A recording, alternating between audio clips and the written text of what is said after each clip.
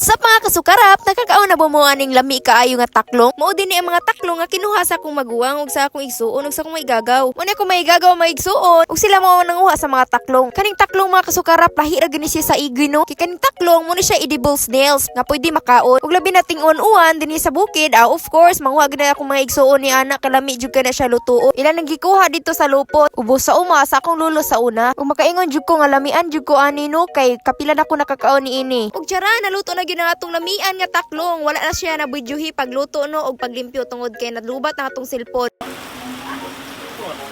Yummy.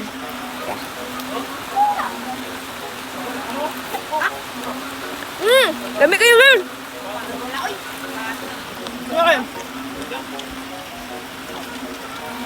Tiyara, naluto na dyan ang taklong. Ug ang luto nga gibuhat ani mo ang ginata ang adobong taklong. Ug maro to mga kasukarap, mga unata, itadakimasu. So, dira to sudan, grabe kalami.